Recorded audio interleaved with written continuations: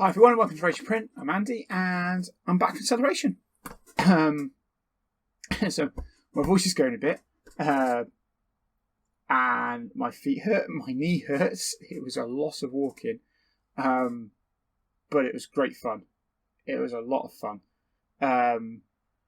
So I think quickly off the bat, let's just say it was a brilliant weekend. I had my Sorry, I got glue on my hands.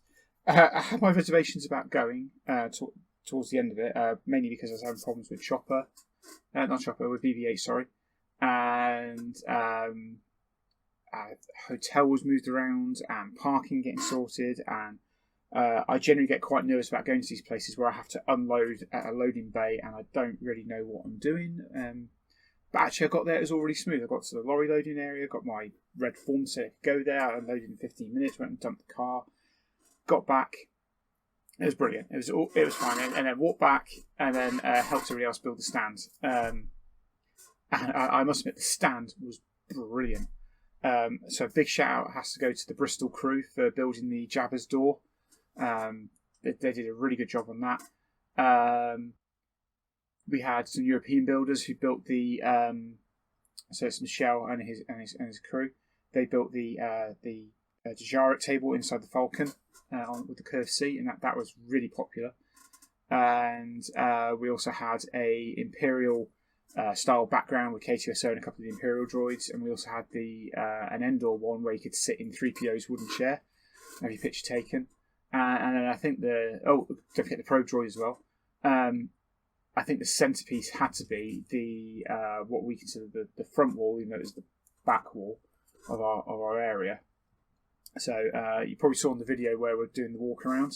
There was that large display area where it's sort of a stone effect wall with the red console screens, which are all displaying different bits, and you had the interactive astromech heads that you could turn and press buttons to make it move.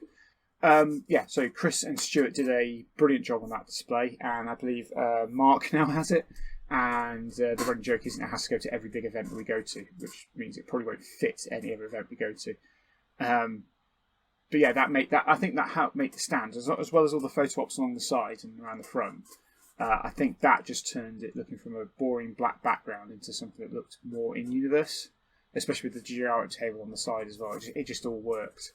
And of course, all the droids there as well. We had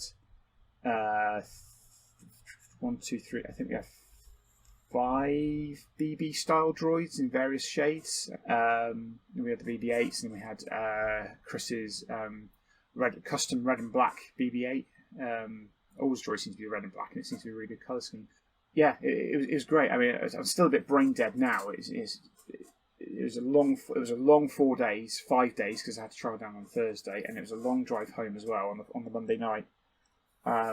As well as really quickly unpacking it, and it's amazing how quickly it can go from being a really bustling hive of activity with hundreds of people queuing through, and the crowds going through that stand. We were stunned that we were drawing that many crowds. We didn't think we would be that popular. I mean, we know the draws are always popular, but not to the point where they're queuing back around our own stand. But we were surprised at how quickly it goes from like a bustling event where there's hundreds of people all enjoying themselves to essentially a big empty warehouse, and everyone's tearing stuff down. And it's literally, in the space of about 45 minutes, it's just the atmosphere completely changed. And it was kind of disappointing, really.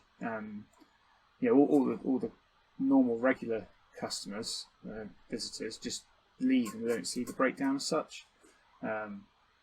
So they don't get to see it sort of being dismantled and how it all just disappears as if it was never there.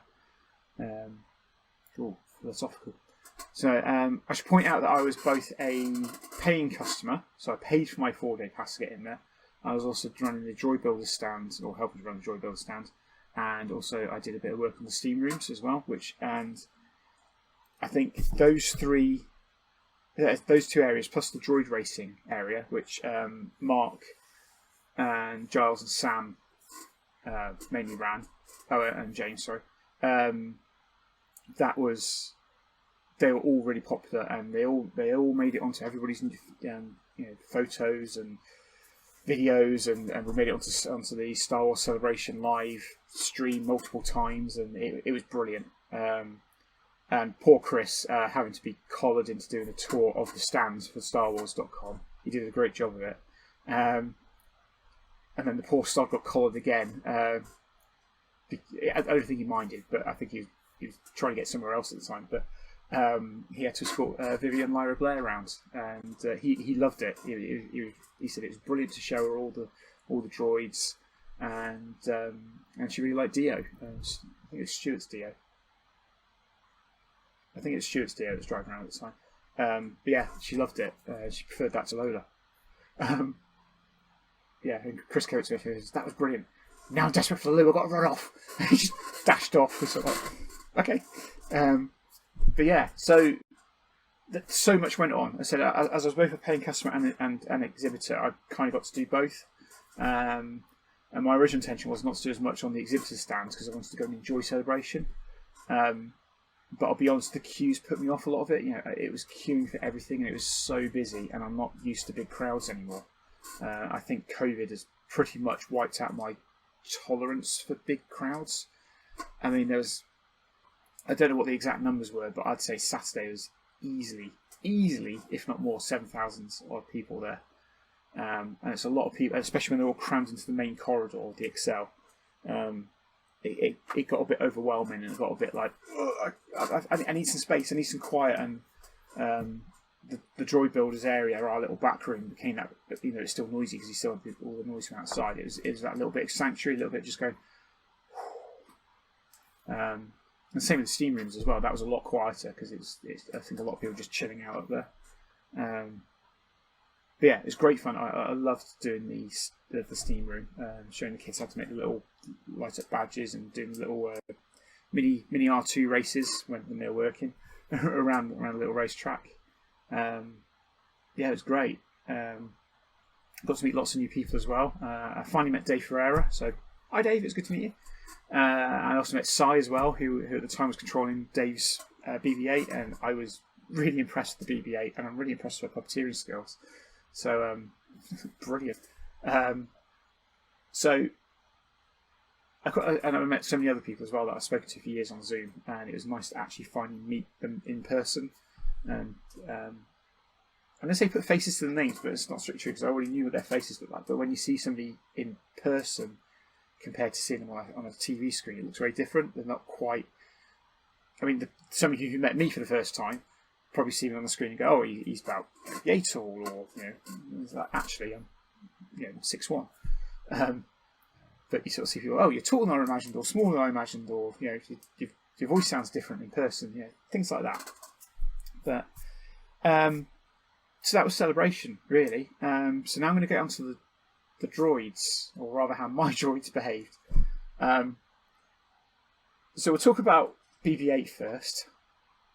Yeah, I tried moving him. He rolled all of 3 feet and the head fell off.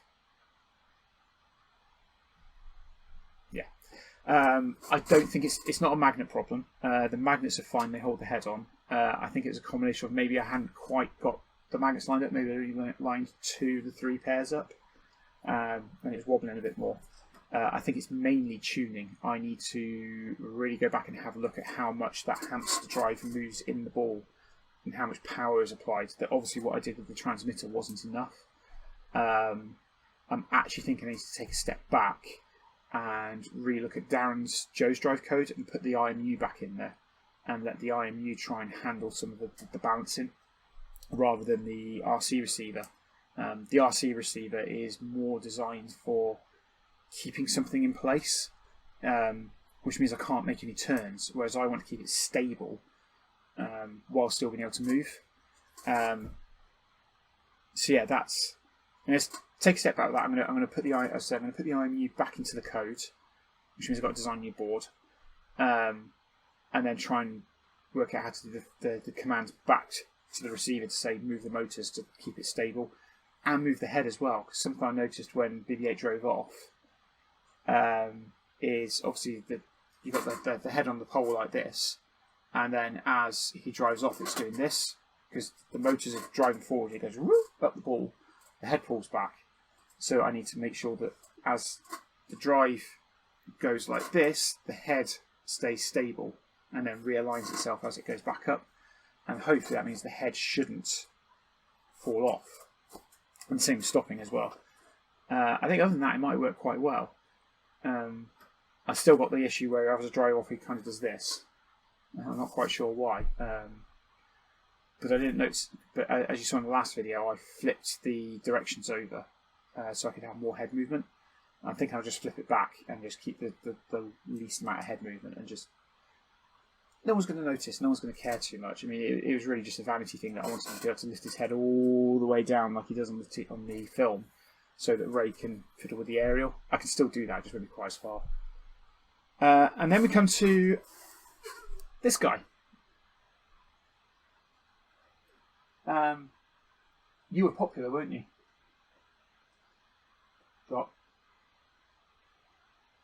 Job. He is awake, honest. So anyway, we come to this guy, and in all honesty, he was really popular. I spent a lot of time driving him around, and every 30 seconds, like, oh, Chopper! Chopper! Chopper! Oh, he's my favourite droid! Oh, it's the biggest war criminal in the world. I've got to be able to see him. And yes? I hope you're not getting a big head out of this. What? Okay. Anyway. Do you mind? Anyway, so as I said, Chopper was one of the more popular droids driving around, and so there was 3 Choppers driving around at any one time. There was that one, which is the only live-action version one there. There was John's driving around, both in the steam room and downstairs for a little while. And then you had Chris's. Was it Chris's? Yeah, it was Chris's driving around. And his is one that had the 2 arms sticking out with the blasters. I don't know if you see any videos of it or any screenshots, that's what it is. And he's got a special sound on there where he just goes, fires the blaster sound. And the whole thing is basically just him, Chopper, driving around going, ah! It's brilliant. And every time any one of us got near the Rebels painted mural on the wall in the corner, that's it. We weren't moving for like 20 minutes, 25 minutes, because everyone wanted a photo of Chopper in front of this big painted thing from Rebels, and it was good. And I always made sure that Chopper, every time he saw a Hera, Ezra, Kanan, and Ahsoka, is always go up and say hello. Oh, and Sabine, sorry, as well. Always go up and say hello. Always sort of go and say hello. And this one girl dressed as Ahsoka, she was close to tears because Chopper was coming to talk to her, and it was brilliant. It's things like that I really love doing. It brings a smile to their face. It's just like, oh my God, Chopper's here, he's talking to me, and I dressed as... Yeah, it was brilliant. And I got a photo of her standing next to Chopper because I just thought, I want to remember that.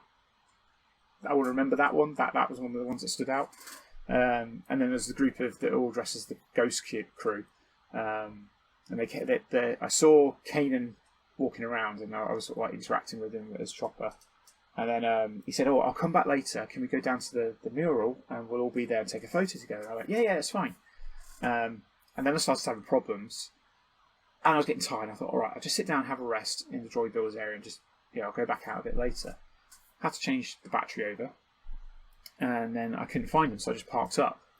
They came back round about 5 o'clock, half 5. And they said, oh, can we have the photos together? I went, yeah, sure, it's whatever. And then he started playing up again, so okay, we're going to have to do it here. So we got a photo of the whole Ghost crew minus Zeb, but we did have Thrawn and Agent Callus as well, which was good. I'm half tempted to Photoshop Zeb into there, just so it looks good. But yeah, thank you guys. I really love that photo. So we talked about BB-8. Now let's talk about Chopper. Now, some of the photos that you guys may have seen or even taken, you noticed that the eye here wasn't on. there's a dodgy connection. I fixed that dodgy connection, and ever since then it's been working fine, which is brilliant. I've got several things I need to do to Chopper that I found from this weekend. One of which I need to make sure that the screw that holds the aerial in is a lot tighter because it starts coming undone. But I still need to be able to undo it to be able to turn the dome upside down to work in it. Squeaky chair. The other thing I need to do is, and this is actually getting quite worrying, is my battery was draining really quickly.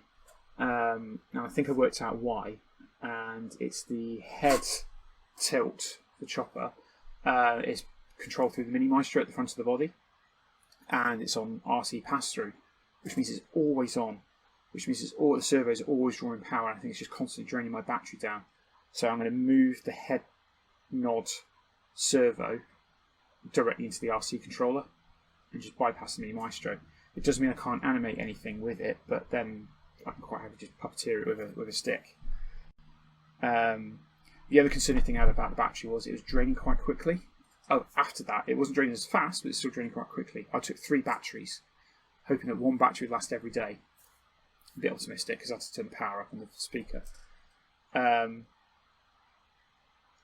It drains a lot quicker, and the negative wire on the fuse box is wobbly. Sorry, not the negative wire, the screw that the negative wire the battery goes onto is wobbly. And I could wiggle it, and I could see the voltage meter going from 12, 8, 7, 6, cut out, reboot, 12, 10, 9, 8. Okay, this is wrong. And it's getting really hot. I managed to burn my finger doing it. So I need to fix that, and that's desperately fix it, because that is that's dangerous for a start, but also it means I'm not getting reliable battery power. So I need to fix that. So that's 2 things that need. Certainly 2 things that need sorting. And now we come on to Chopper on the live action panel. On the Ahsoka panel. I didn't get into that panel. I was gutted. That's the one I really wanted to get into. I didn't get into that one. So they brought Chopper back out again. So let me just swap screens. Here we go. So this is Chopper from Friday, and I've got a lot of really good photos that people sent me, or I've taken screenshots of the highlights panel. The biggest difference here is this. The biggest difference here is this. Why are you not seeing my cursor? Okay, right. Try it again. The biggest difference here is this. Now, depending on which angle you view which angle he is on the screen, it could be anywhere from this kind of lightish blue to kind of like almost green. Now, me and John were talking about it, and we think that originally, or before we saw him come out on stage, we thought that actually it's more closer to British racing green, almost like it is on the cartoon. But this has got such a shine to it. We think it's actually now a really sort of deep blue, almost like pearlescent blue, so that when it does catch light, it kind of gives that sort of green to blue transition. So I need to repaint mine. I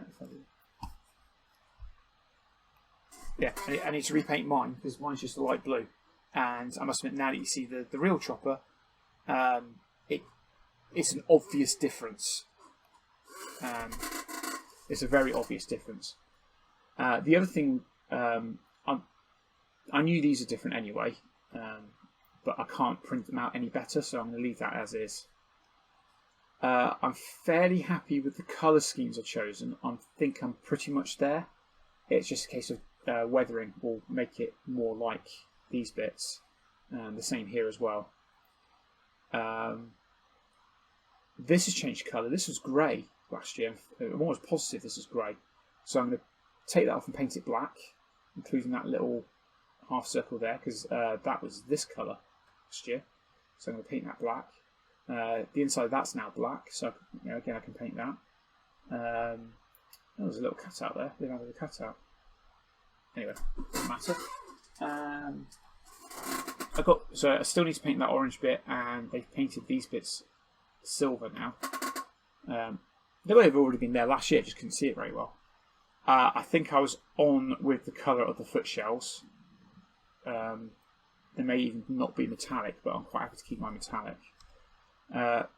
Michael's already said he's going to redesign the front caster to match this, so I'll probably just swap the caster out to fit this.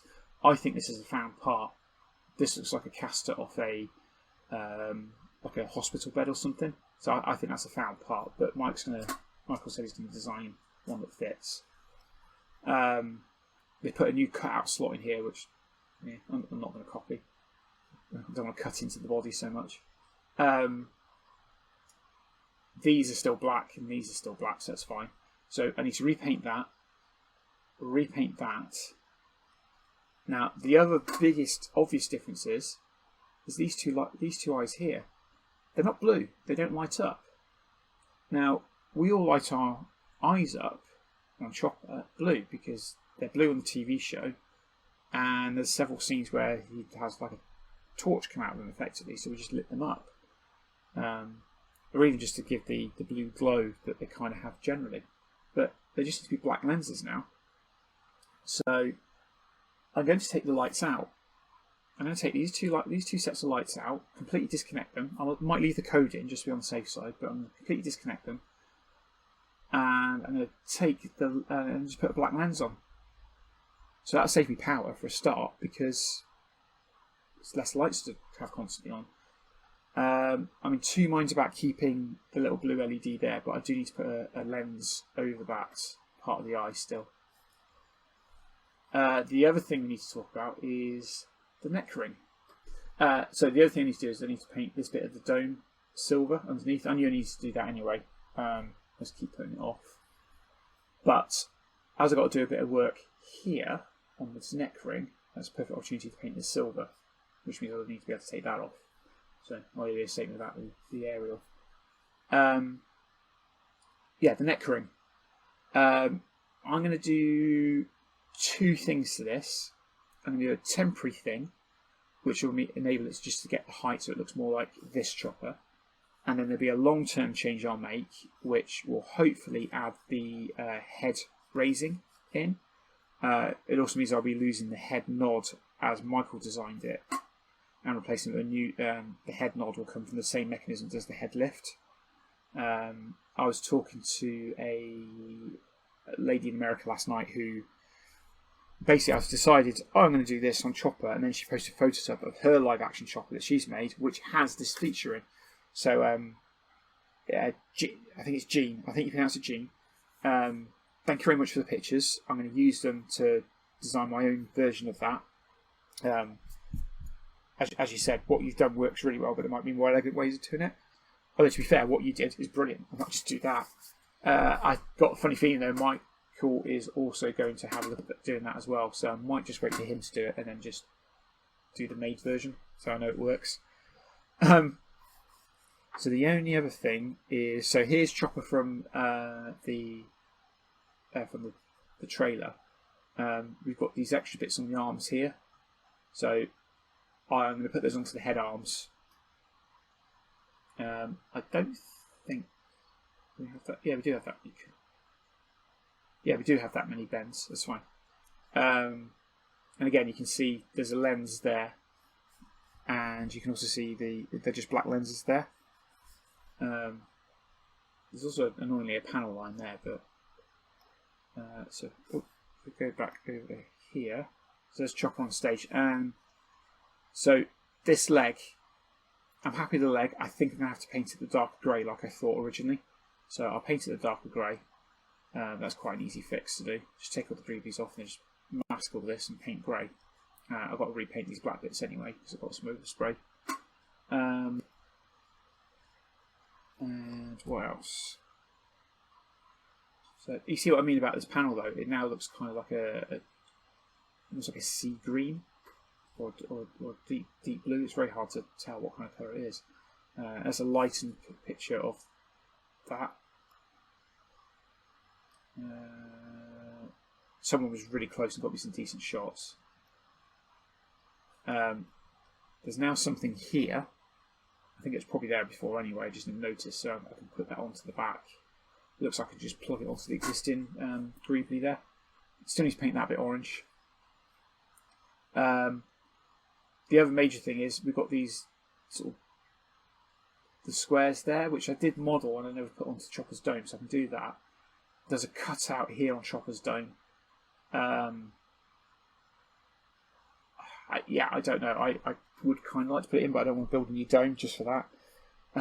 The other thing is there's a panel line here, and I think I'm going to do a painted panel line. Likewise, there's a panel line here. I'm going to do a painted panel line. In which case, I might do a painted panel line for this bit here as well, just to sort of fool it into looking like it's a real panel.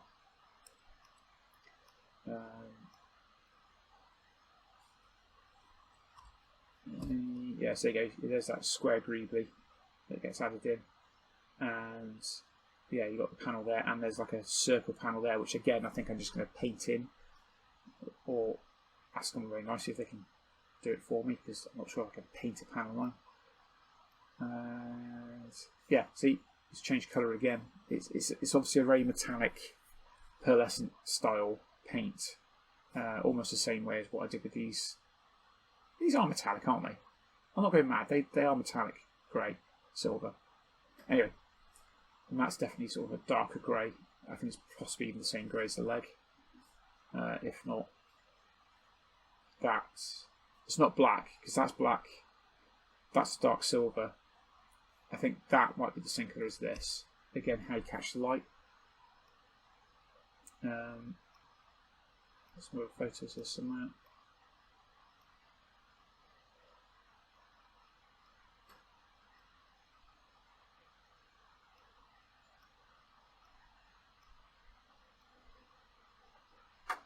Right, there we go. So this is me zooming in on the. So we've got the neck ring here. So what I'm going to do for the neck ring is I'm going to do a simple 3D printed ring that sits in between the gear ring and the dome mount, and effectively it's going to have the same mounting points as those two pieces do. So you just insert it in with the magnets, and then you have the gear ring that lifts the head up. Sorry, you have this dome ring that lifts the head up a bit, and that'll do for now until I can work out how I'm going to do the whole head lift. The head lift itself, I thought there was like a bit more of the ring hidden inside the body, and it's kind of like pushing up. But actually, what it looks like is the whole the neck ring is it. And when it lifts the head up, it's almost like leaving like a little gap. It's almost like he's lifting itself up on a pole.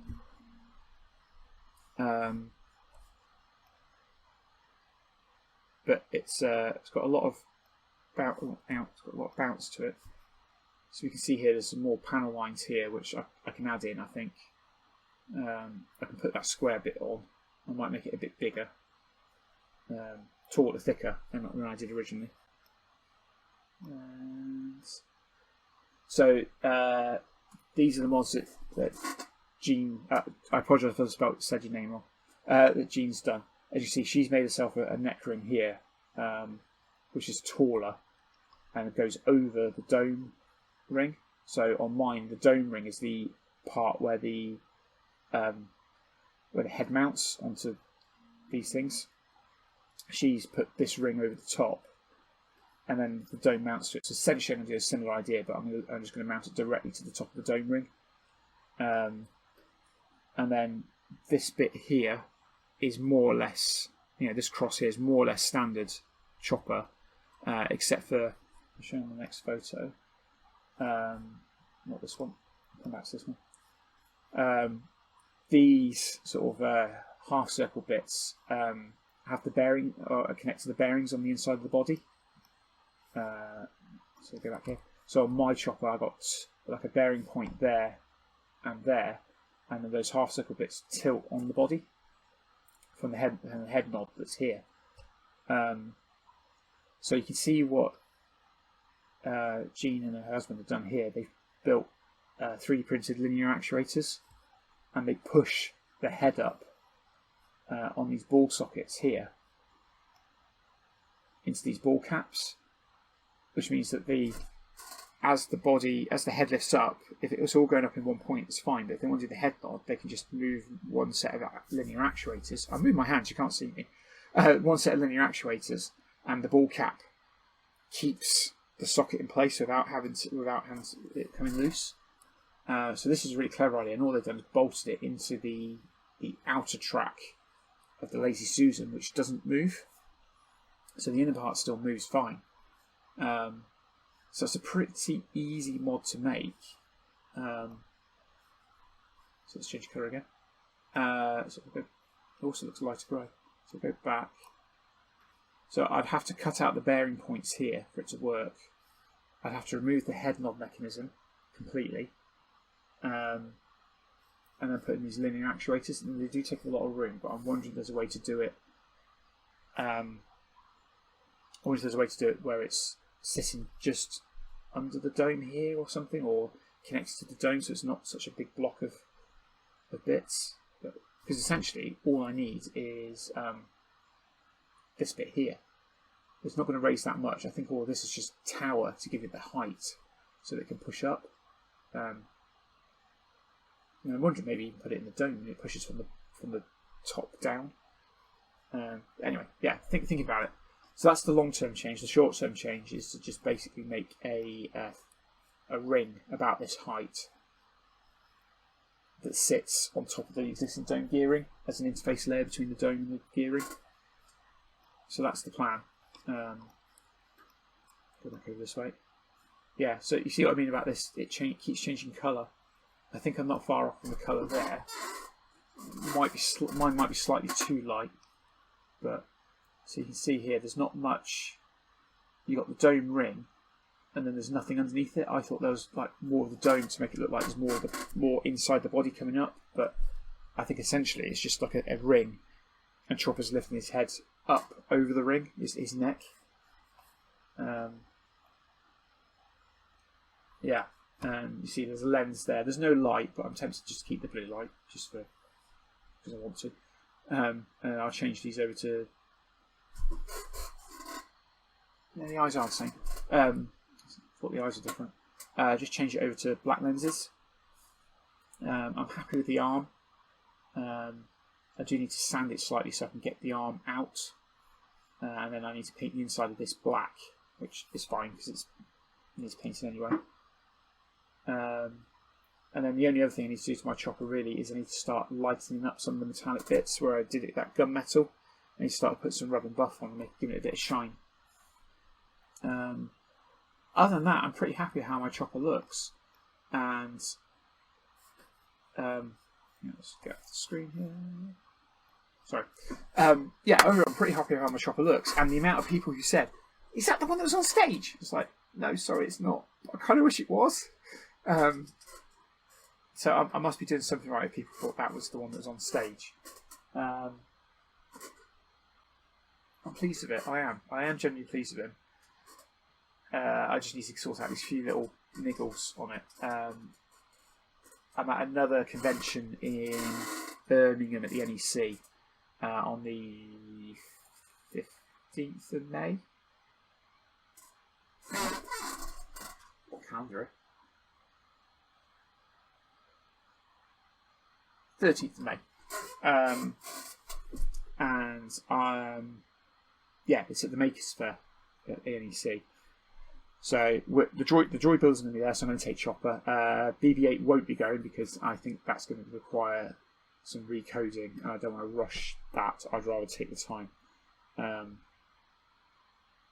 Right, I'll show you a couple of photos that I've been given from Chopper driving around, because obviously it's hard to take photos when you're driving. So let's have a look. So he's driving around, he's just causing chaos, and what I love about driving Chopper compared to driving R2 is if I get stuck in a queue of people who just randomly want to start taking photos and then a queue forms, I can just do this and just drive off. It's Chopper. Who cares? He just drives off. He's got his own cantankerous little thing. one of the droid builders got stuck in the autograph area for about 2.5 hours because people formed a queue, wanted to take a photo of R2, thinking that was a photo opportunity. It wasn't. He was just driving around and stopping for a rest. So yeah, you can see mine, and you can start to see some of the differences on it. But now I know what I'm looking at. I've got better pictures, and I've just noticed that I painted this grey. This is now silver with those two bits as sort of the beige colour. So okay, changing that as well. Yeah. You see what I mean about the dejarit table. So we've got the dejarit table. That's really cool. But loads of people had their pictures of Chopper, or just running up going, oh, Chopper, I want a picture of Chopper, please. And the amount of Mandos and like Jedi and yeah, we've got the Ghost crew, some of the Ghost crew. And yeah, we had R2 and Chopper had a bit of a standoff outside the droid racing area. R2 cheated a bit because he had a buzzsaw. I didn't. You can see what I mean about the mural.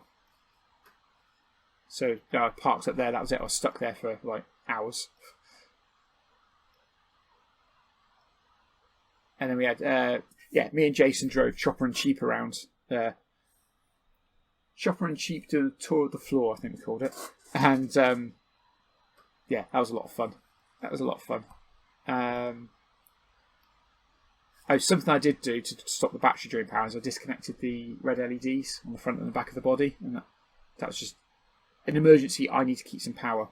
Oh, something else I forgot to mention. Live action. This is different. So I need to change that section and that section. Easy enough, I can just pull them off or just put something over them.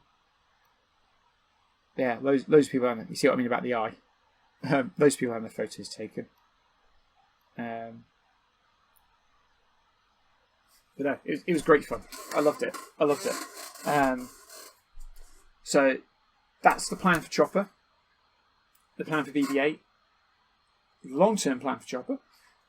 So I think the thing right now for Chopper is sort out the power, make it safe, or make sure it is safe, and then print the dome ring. And that's two things done that instantly make it look a bit more like Chopper and make it safe. When the weather gets a bit more reliable, I'll repaint the front panel and the little bits that I mentioned, and then I think I can start looking at long term, looking at the head lift mechanism. So yeah, it's 40 minutes of me waffling.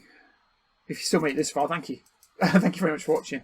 If I met you at Celebration, thank you for saying hello. Thank you for having your picture taken with Chopper. Thank you. And I'm glad that it made people happy. And if you did take a picture of my BB-8 as well, I'm glad that you took the time to do that. And I tell you what, it's very disconcerting meeting people who recognise you from YouTube. I'm not like the real Sam Prentice who is used to that. Or Colin Furs or anything like that. I'm not used to that. I'm not used to people recognising who I am from YouTube. It's a bit disconcerting. But thank you for saying hello. Thank you for making us feel welcome. And I hope that we as droid builders did a great job in making you guys feel welcome and putting on display for you. I think the cues and the amount of photos suggest we did do a good job. But yeah, thank you for watching. I'll see you on the next episode where I think we'll probably look at the actual Chopper bits. Hopefully I've printed them by then. And then, one more thing. Two more things. Sorry, I'm all over the place today. Where did I put them? Right. So Steve Sloan was very kind enough to give me these. These are called Sonic Hubs. I need to drill the holes out to be holes rather than hex. These need to go on Chopper's drive gears because they do wear out. So I need to change those over. The other thing I need to do is I need to change the dome motor gear, put a new one in because the dome, the spindle on the motor has worn a hole away, which means that it wasn't gripping properly. So I need to print that out, and I might get John to print it in the really tough carbon fibre stuff so it doesn't wear away again. because I lost stone rotation about halfway around. I had to do a quick fix, but it's been a bit flaky since. That's 2 more things I need to do. That's more of a long-term one because it's not desperate, but the dome gear does need doing. And now I really am going to stop. So thank you very much for watching. Thank you very much for attending the celebration if you did. I hope you had a good time like I did. And I'll see you again soon. Bye.